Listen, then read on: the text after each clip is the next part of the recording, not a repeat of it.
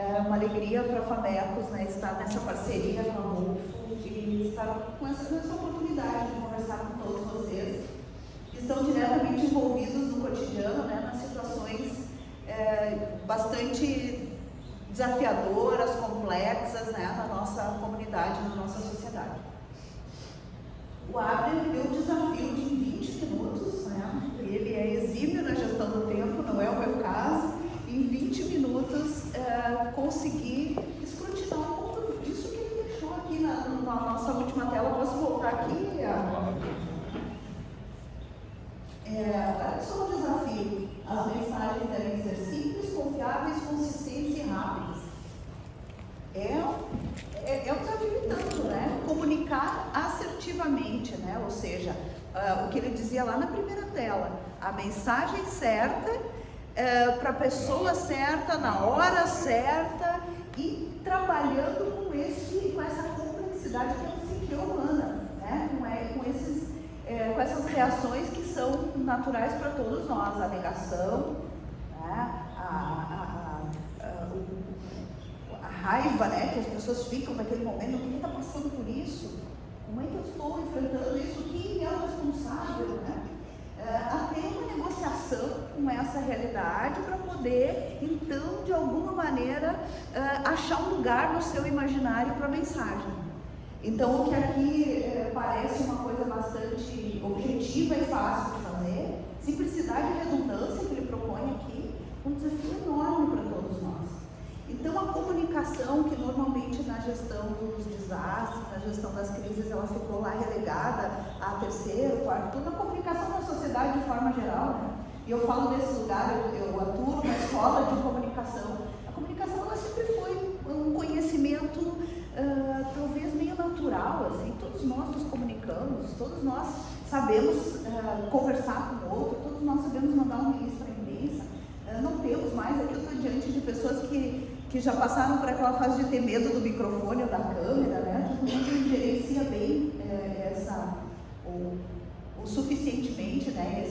Essa parte técnica. Mesmo assim, comunicação continua sendo um grande desafio. Então, gradualmente, a gente começa a entender na sociedade, a dar um novo lugar para a comunicação. A entender que a comunicação não é um processo tão simples. Eu acho que o Abner traz muito bem isso a partir do protocolo do CDC, né?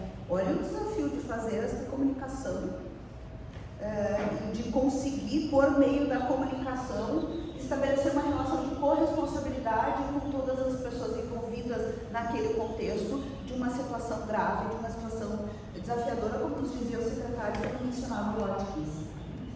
Então, isso que parece muito mais simples, e o meu desafio aqui é olhar um pouquinho o que está por trás desse dialogar em momentos de comoção, né?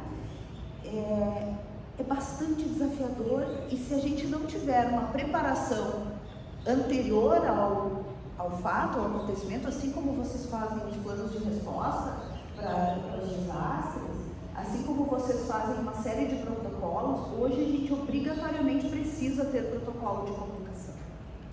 Esse é um novo tema que entrou na gestão das crises, né? Na verdade, lá no Hemisfério Norte, né, Abner, já está há bastante tempo, mas a gente tem incluído mais recentemente, e a gente precisa entender a comunicação na sua complexidade. Mas se a gente não planejar antes, se não tiver protocolo para isso, nós vamos chegar aqui ao ponto de ter templates para textos, para narrativas. A gente precisa ter coisas pré-escritas, não vai dar tempo.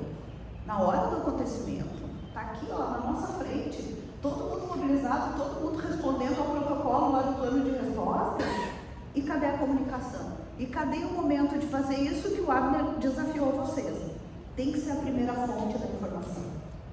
Mesmo que eu só reconheça publicamente que está acontecendo. E depois eu vou complementando aquela narrativa. Mas eu preciso assegurar um lugar de fonte prioritária. Quando esse protocolo do CDC foi produzido, e a primeira versão dele é bem antes do nosso ambiente midiático digital, isso já era desafiador. O Abner falando e eu pensando, e a fake news que vai chegar antes? E o rumor, o que ele chamou de rumor aqui, o rumor que era, existe um livro clássico de norte-americano que é Boatos e Rumores, que fala falava do mecanismo, né, cognitivo e psicológico do boato e do rumor. Só que o boato e o rumor hoje se profissionalizaram. A fake news é a profissionalização do boato. Hoje eu transformo o boato num vídeo super confiável. Hoje eu transformo o boato numa notícia, numa informação com cara de notícia. A pessoa olha e diz assim, não, isso aqui é manchete de um jornal. Porque tecnicamente é igual uma manchete de jornal. Tá? Então é com isso que a gente está lidando hoje, com essa complexidade que a gente está lidando. Tá? Então, nesse tempo de mídia acessível e distribuída, e quando eu falo em mídia, eu não estou falando do jornal, da rádio, da emissora de televisão, eu estou falando dessa mídia que está na nossa mão, estou falando dessa mídia digital, eu estou falando do WhatsApp, eu estou falando da rede social, eu estou falando do boato que se dissemina muito rapidamente, que escala, né? Escala num nível absurdo e muito mais rápido do que a gente é capaz de produzir a informação oficial. A gente precisa revisitar, olha só, vou convidar vocês para revisitar o conceito de comunicação. O que é a comunicação? O que a gente entende como comunicação? Porque ao longo da história, a gente confundiu dois conceitos importantes, que é informação e comunicação. E aqui eu começo com uma proposta de um sociólogo francês, o Dominique Volton, que vai dizer, em tempos midiáticos que nós vemos, ele acabou de lançar um livro, gente, já está para venda, que se chama Comunicar é Negociar, traduzido por um professor nosso aqui da FAMED. Ele vai dizer que comunicação não é mais mandar uma informação. Tem um livro ótimo, que é Informar Não é Comunicar, que é o livro anterior. Comunicação é negociação entre sujeitos com lógicas e interesses distintos. Ah, mas nós estamos comunicando para um ente que é a sociedade. Nós estamos trabalhando com uma informação de utilidade pública. Cada sujeito, hoje que nós vivemos esse deslocamento da confiança, Castells fala sobre isso, o sociólogo espanhol fala sobre isso. A confiança, ela era depositada nas grandes instituições e nas autoridades. Eu esperava o porta-voz da PRF falar, eu esperava a Defesa Civil, comando da Defesa Civil falar, eu esperava a prefeitura, o governo, eu esperava as grandes instituições falar. Hoje eu desloquei a minha confiança para o meu amigo que pensa como eu. Eu sempre brinco nas minhas falas mais informais que a gente deslocou a confiança para a tia Silda. Ah, poxa, mas a tia Silda me mandou essa informação, como é que eu não vou acreditar? Eu acredito mais na tia Silda do que no Correio do Povo, na Zero Hora, na RBS, na fonte oficial. Então, por isso que faz sentido esse conceito do Volton, uma negociação entre sujeitos com lógicas e interesses distintos. Todo mundo quer se salvar, todo mundo quer sair daquela situação, todo mundo quer mitigar os riscos e os danos, mas cada um no seu jeito. Eu acompanhei agora em abril esses episódios nas escolas, né? E ontem mesmo estava com um grupo de 80 diretores lá no litoral conversando sobre os aprendizados do mês de abril. E o diretor me dizia assim, não, todas as famílias, toda a nossa comunidade virou especialista em segurança. Todos eram especialistas em segurança. Todos tinham uma solução para proteger a escola de ataques armados. Mas só que cada um no seu jeito. E as pessoas não ficam satisfeitas se elas não veem a sua visão dos fatos contemplados. Então, tu trabalhar com a coletividade nesse contexto hoje é um grande desafio. Fazer essa negociação em momentos de comoção, em momentos que a nossa emoção está flor da pele, é um desafio ainda maior. Tá? O grande problema é que a gente confiou, né, ao longo da vida, a gente confiou nesse modelo. Esse é o famoso modelo matemático da comunicação, que é lá de 1940, né, um engenheiro de telecomunicações criou esse modelo e disse o seguinte: se um emissor mandar uma informação para um receptor, mandar uma mensagem para um receptor, por meio de um canal, está tudo resolvido, nós estamos comunicando. Nós estamos comunicando.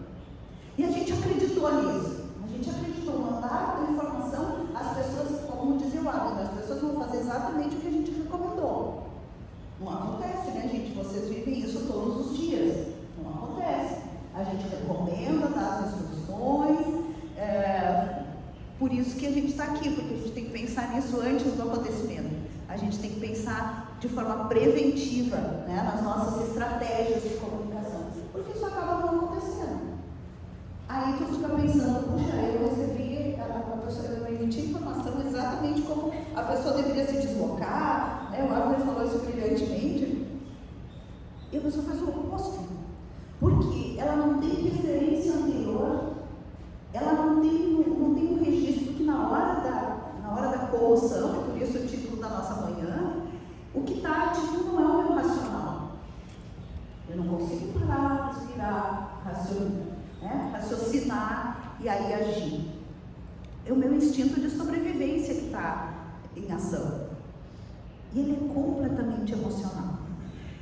E se eu não tiver uma referência anterior que o meu cérebro consiga acionar, eu não vou conseguir cumprir a orientação técnica pragmática.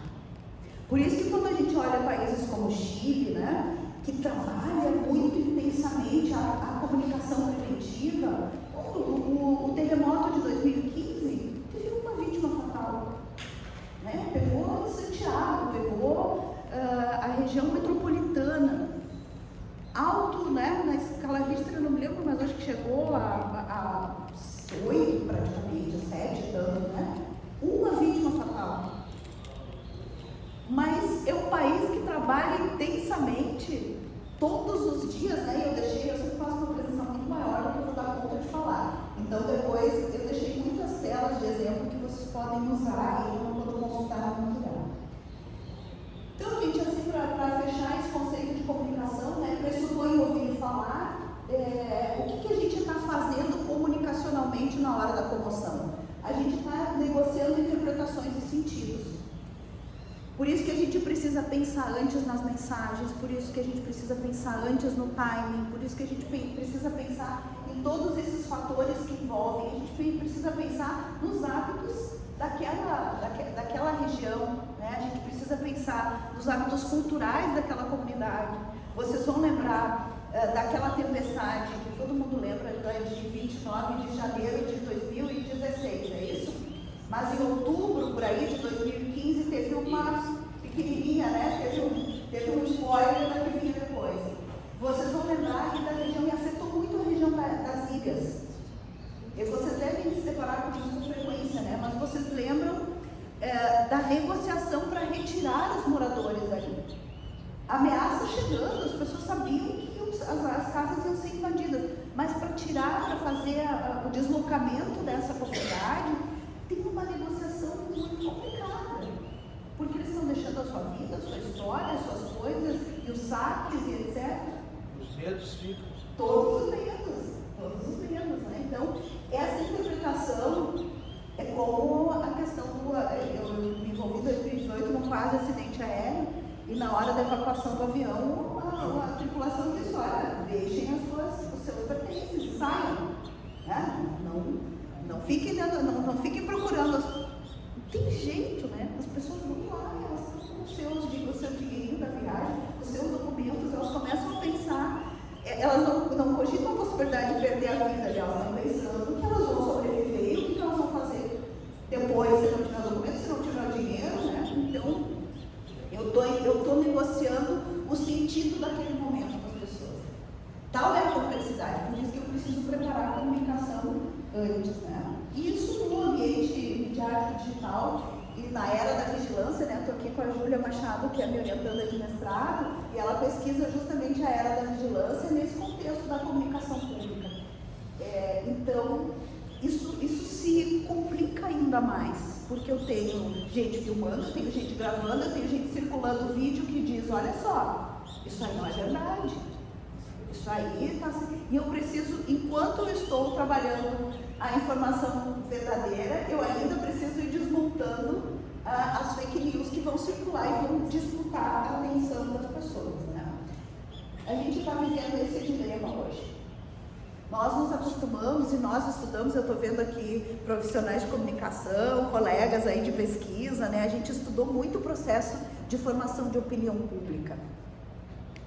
Tinha lá tinha lá uma construção, tem lá um workflow, né?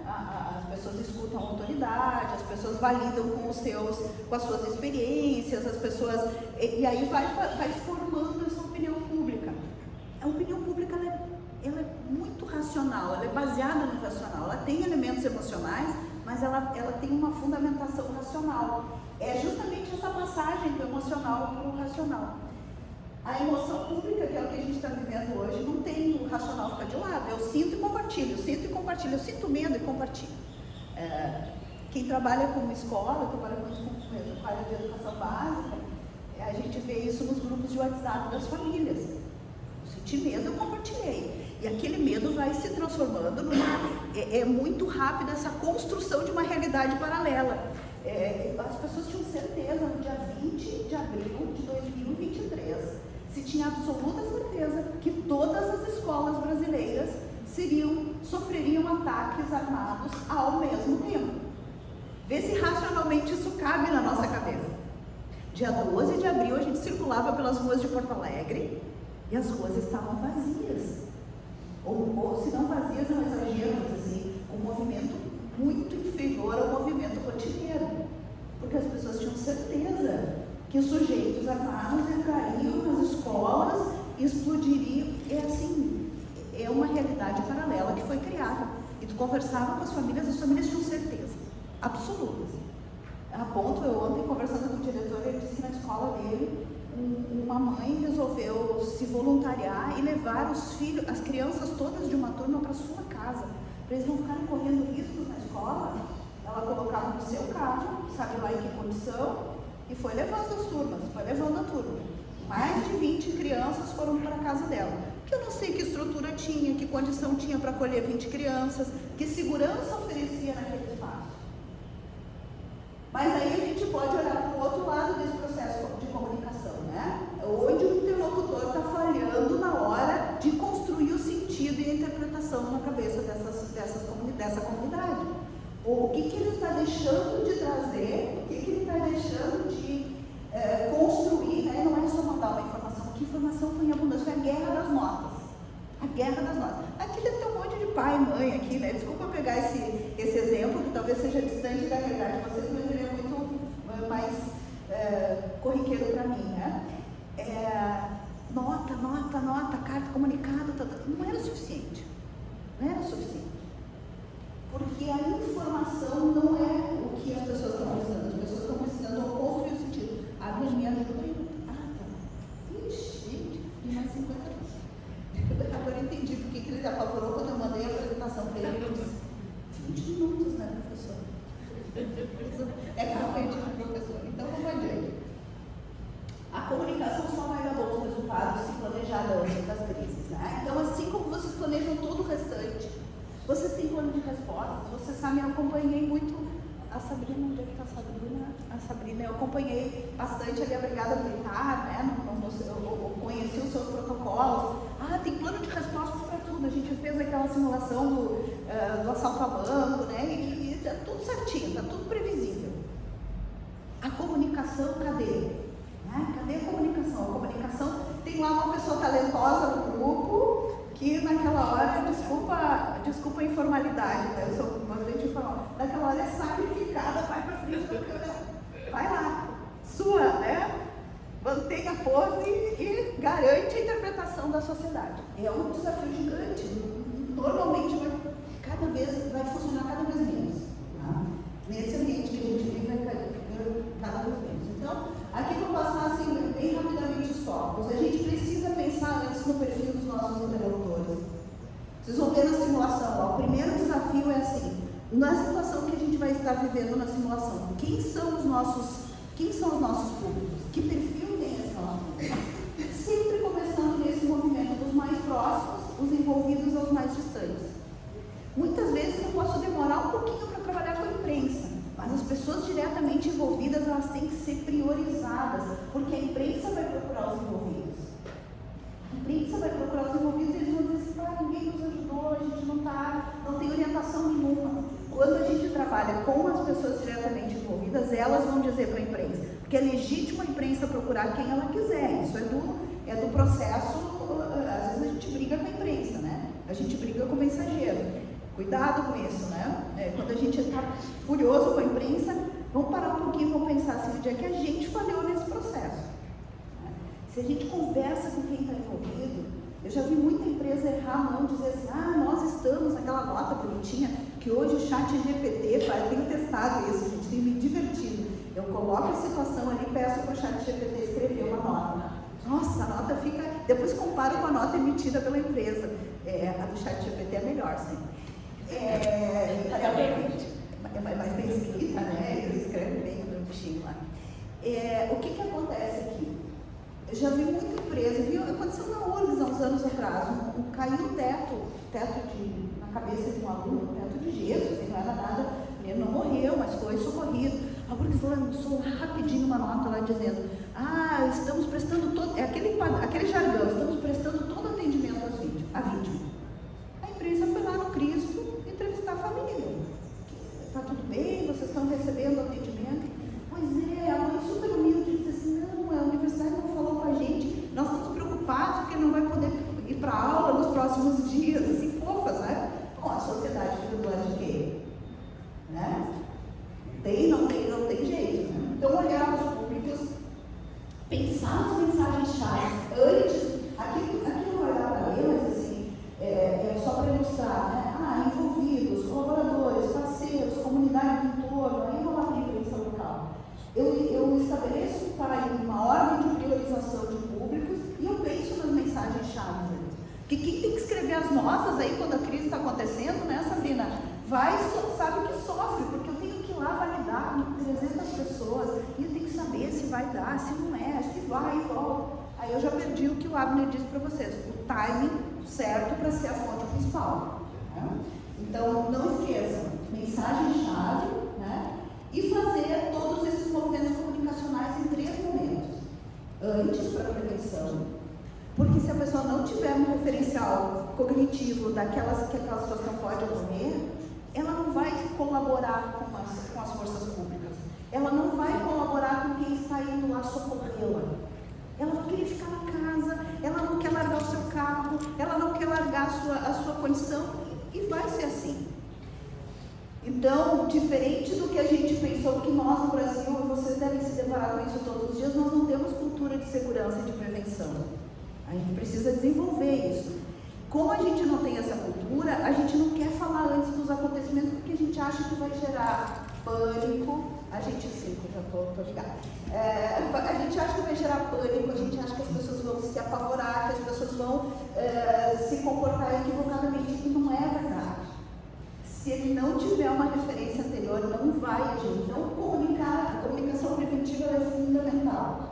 Aqui tem um conceito que vocês já devem conhecer, o conceito de comunicação de risco, que é de 1989, gente. É antigo, que diz que é um processo interativo, tem troca de informações. A informação é a matéria-prima, mas a informação não é a comunicação, ela é o insumo da comunicação. O processo é que é a comunicação. Tá? E é um diálogo no qual são discutidas múltiplas mensagens, né? E inclusive validadas. O Chile faz isso brilhantemente. Eu deixei alguns exemplos aqui para vocês poderem consultar, né? de comunicação de risco, de comunicação preventiva famosa no Chile, da região das áreas afetadas pelos terremotos no Chile, né? O plano Família Preparada, né? O kit básico já está pronto. Isso não atrai terremoto, viu, gente? Vocês sabem disso, né? Vocês são especialistas nisso. A sociedade acha que se a gente começar a falar de prevenção, que vai atrair. Eu faço matriz de risco, assessoro empresas para fazer isso. Muitas vezes eu já vi gestor me olhar e dizer assim, desde que a gente começou a fazer esse negócio aqui, está atraindo. Começou a acontecer um monte de coisa. Né? E aí eu digo, gente, não, né? Vamos lá. O bom é que o grupo mesmo se regula e diz, não, a gente está mais sensível para ver os nossos riscos. Né? Mas isso é comunicação, isso é fundamentalmente comunicação. Né? O site boa parte do site do governo francês, né, que é dedicada à gestão de riscos. Esse é, para mim, um grande exemplo de conteúdo de gestão de risco. O nosso caso aqui, né, do nosso Ciclone aqui, que a gente fez a comunicação de risco e depois a gente teve que dia seguinte, assim, puxa, mas foi um escândalo, por que fizeram tudo isso? Não foi tão grande, né? Agora vocês imaginam se não tivesse a comunicação de risco e tivesse contagem de corpos, de vítimas fatais no dia seguinte, imaginam? Então assim, a gente não está, eu acho que a gente não está para agradar, né? A gente está para fazer a coisa certa. Então esse é um bom exemplo, para mim é um exemplo bem de amadurecimento da nossa cultura preventiva, né? Outras formas, as formas mais eficazes de comunicação, as estratégias mais eficazes de comunicação, né? Mais difíceis também, roda de conversa, reunião, conversas individuais, difícil, tem gente que não gosta de ir para frente da câmera, mas ir para frente de uma comunidade enfurecida, né? Fazer uma roda de conversa é um desafio tanto, né? Durante, eu acho que é a comunicação que vocês já estão mais familiarizados, né? Essa comunicação para contenção, deixei um checklist aqui, né? De como que eu tenho que fazer essa comunicação, como eu posso fazer, né? Como o comitê de crise precisa se reunir rápido, o porta-voz precisa estar preparado. Esse é um outro tema, né, Abner? A gente fazer uma formação de porta-voz nesse momento, a gente vai bastante aluno. Olhar, né, tudo que eu preciso ter previamente, olhar aquilo que eu planejei, porque às vezes a gente planeja a comunicação super bem. E na hora do acontecimento a comoção é tão grande que a gente esquece o nosso, a gente boicota o nosso próprio planejamento. Ou tem alguém, né? Vocês trabalham muito com o poder público, né? Pena que nosso secretário já saiu, mas aí tem alguém da equipe do governo mais ansioso, querendo resultado mais rápido, querendo que as coisas aconteçam de outra forma, né? A gente está agindo com pessoas, então as pessoas são sempre complexas, né? Como todos nós. Então nós precisamos ter essa fidelidade ao nosso planejamento comunicacional, assim como nós temos fidelidade ao nosso plano de respostas, né? Para a gestão do nosso desastre. Monitoramento também, a gente precisa monitorar o que está acontecendo no ambiente comunicacional, porque senão a gente dá as respostas muito bem elaboradas, mas são as respostas erradas, são questionamentos que a sociedade não está fazendo. São questionamentos técnicos que a gente acha que a comunidade precisa saber, mas ela não está com uma abertura para compreender. Ela não está com uma abertura. Eu deixei um exemplo aqui para vocês que eu acho muito interessante, que é um extravio de uma criança numa Vila Gol, criança de 6 anos. Sabrina já conhece. E aí a diferença de eu fazer uma informação rápida, mas que não conecta com a perspectiva de quem está demandando aquela informação. A Gol largou a nota rapidinho, contando o que tinha acontecido, sei lá, 2 horas depois essa nota já estava circulando. Então é uma nota super fria. Não vai dar tempo da gente explorar isso aqui, mas uma outra oportunidade a gente pode olhar, depois vocês podem ver em casa. E não funcionou, né? Não funcionou, deu o efeito contrário, assim, deu um xingamento. A empresa foi cancelada nas redes, né? Aí imediatamente o diretor gravou um vídeo contando que ele era avô, que ele era pai, e que ele entendia o que estava acontecendo. Ele fez uma mensagem completamente emocional, conectada naquilo que estava sendo vivido. E emocional não significa ser ruim, não significa fragilidade, significa empatia. Ele entendeu o que aqueles interlocutores estavam querendo.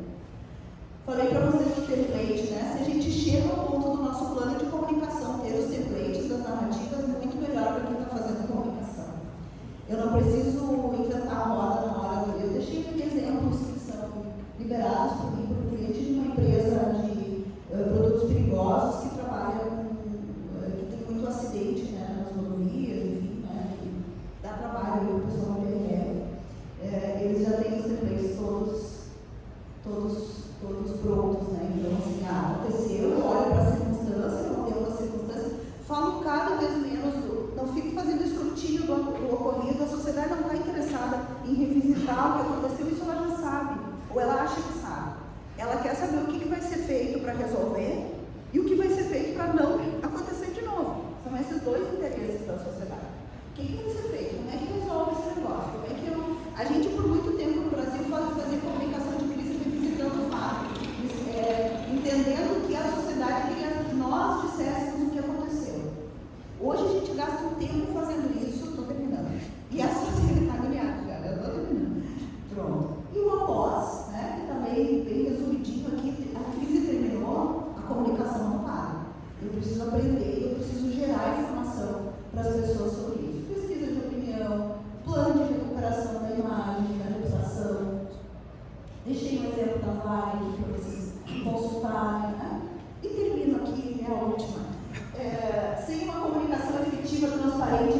competitiva, fica muito mais difícil controlar a crise. Resumindo tudo que eu falei aqui, acho que um pouco do que o Abner falou também, é isso, gente. Precisamos planejar antes, precisamos dar para a comunicação esse lugar estratégico que a gente dá para todo o resto na gestão das crises. E aí a gente não vai evitar, obviamente, vocês sabem disso, né? Mas a gente vai gerenciar essa comunicação, a gente vai dedicar menos tempo, porque hoje a gente dedica muito tempo e muito da nossa emoção para o processo comunicacional, às vezes mais do que para o desastre. E aqui, a gente planejando antes, a gente consegue, então, equilibrar esse jogo e não perder a nossa condição de fonte, que é tão preciosa, né, conforme o protocolo que o Abner apresentou. Muito obrigada, desculpa estourar o tempo.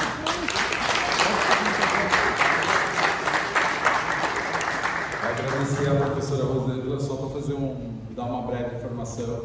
Eu conheci primeiro ela no LinkedIn e sempre acompanhei o trabalho dela, e logo que eu pude contactá-la aqui na PUC, a gente foi tocando esse projeto junto. É o seguinte, nós vamos começar agora uma terceira fase. Eu já vou até aproveitar a professora aqui do lado, que é o seguinte, eu vou organizar, nós vamos agora ouvir duas experiências, a de São Paulo e da Itália. A gente vai começar com a da Itália, vai ter uns 2 minutinhos para eu preparar a apresentação, a organização, então eu abro para uma pergunta que vocês queiram fazer para a professora, tudo bem? Já chegou a primeira pergunta. Vamos lá. Eu agradeço a oportunidade, professora, muito esclarecedora, né, na sua fala. Eu tenho uma preocupação muito grande quanto à questão de comunicar uma previsão do risco, principalmente a questão de clima, de tempo, onde a pessoa tem que, todas as fases que a senhora falou, passar a informação, mas é uma previsão. E lá a população toda, ela, quando não se concretiza pela primeira, pela segunda, pela terceira vez, aquela confiança naquela informação, a credibilidade, ela começa a diminuir. E nós precisamos continuar informando. Não é que eu sei que é um desafio, né? Posso complementar? Às vezes, nós temos que tomar uma providência, porque a gente tem a informação de dados de órgãos confiáveis, né? Ou é para ser. E às vezes a gente tem que evacuar uma comunidade inteira e o evento não ocorre. Eu associo esse nosso dilema, hoje eu vejo, a gente observa quando, na temporada de ciclones ali, né, nos Estados Unidos, né, em algumas regiões dos Estados Unidos, e a gente vê todo aquele trabalho preventivo. A gente viu isso no furacão Sandy, né, em 2013, se não me engano, 2011, 2013, agora não me recordo mais, que Nova York foi evacuada. A cidade parou, né? O turismo foi retirado das ruas e não veio com aquela força, né? Quando chegou em terra, o furacão perdeu potência e acabou tendo estragos pontuais, mas não teve o efeito que estava sendo antecipado. Mas aí aquele pontinho que eu falava antes da construção da cultura da prevenção, acho que essa é a tarefa de todos nós. Fazer essa nossa interpretação, construir esse sentido de por que a gente tem que ter a prevenção. E aí não vai dar para ser no evento em si, porque quando o evento estiver ali, quando tem alguém já me explicou várias vezes, eu sou ruim para entender isso, mas quando tem determinados fenômenos meteorológicos que quando chegam na boca do Jacuí, ou vão para o mar ou vêm para Porto Alegre, né? E vocês me perdoem a explicação rasa, mas aí assim, como é que eu faço a prevenção em Porto Alegre se ele resolver mudar o rumo ali e para o litoral? Fazer a comunidade entender, claro que eu sempre acho que tem um fator muito didático pós-evento, pós-desastre. Quando o desastre acontece com vítimas e com prejuízos, né, físicos e materiais, eu acho que aí é o momento da gente falar sobre essa criação de consciência. Aí entra a questão da comunicação para gerar conteúdo antes da crise. Aí é a hora de dizer por que é importante fazer a prevenção. Não é lá no abril, quando estão acontecendo os ataques à escola, que eu vou falar sobre isso. Ontem eu desafiava os diretores que estavam comigo lá no litoral. E eu perguntava para eles, o que vocês fizeram após o dia 20 de abril? Porque pela nossa cultura, o que a gente faz? Né? A gente aperta o botãozinho do UFA. Passou. Culturalmente, a nossa sociedade é um botãozinho, né? Ufa, passou. Agora vamos fazer nosso chimarrão, vamos poder conversar, né? Eu vejo isso muito em escola, eu estou vendo algumas pessoas que eu sei que são de ambiente de escola. vida normal, coisa boa, né? Hoje tem som, vamos viver. E aí que é a hora da gente falar, por isso que a gente fala do pós-crise. Por isso que a simulação que a gente vai trazer, ela tem uma perspectiva do pós-crise. Porque aí a sociedade, quando é desastre, quando é o tema de vocês, que são os desastres, os deslizamentos, as inundações, etc., quando passa no pós-crise, a sociedade costuma apontar um dedo preocupado. Porque é a prefeitura, porque é o governo, porque é isso, porque é a política habitacional, porque não sei o quê. E essa é a hora que tem uma sensibilidade para a gente falar da construção de cultura. Eu acho que isso é uma tarefa de todos nós. Eu estou me colocando junto, é da universidade, né, é das forças públicas, é de quem atua na gestão dos desastres, é pensar e ter um plano de comunicação para construir essa cultura preventiva, senão a gente vai viver esse dilema assim. A gente viu aqui nesse episódio do ano passado, né, que acabou não acontecendo, com a força que estava prevista, a própria imprensa apontando o dedo. Eu fiquei nervosíssima, eu venho ouvindo notícia no rádio, aí o comentarista lá, que não importa o nome aqui, fazendo uma crítica muito contundente a tudo que foi pelo escândalo que foi feito, esse terrorismo espalhado e etc. Então eu acho que a gente tem que convocar inclusive o apoio da imprensa. Se a gente não construir cultura de prevenção, nós vamos seguir contando corpos. Vamos seguir em várias frentes que vocês todos gerenciam aí. Eu acho que estamos conectados. Sim. Que maravilha. Então tá bom, gente, vou deixar vocês com a experiência aqui, eu também estou curiosíssima para ouvir. Obrigada. Não sei se eu respondi, mas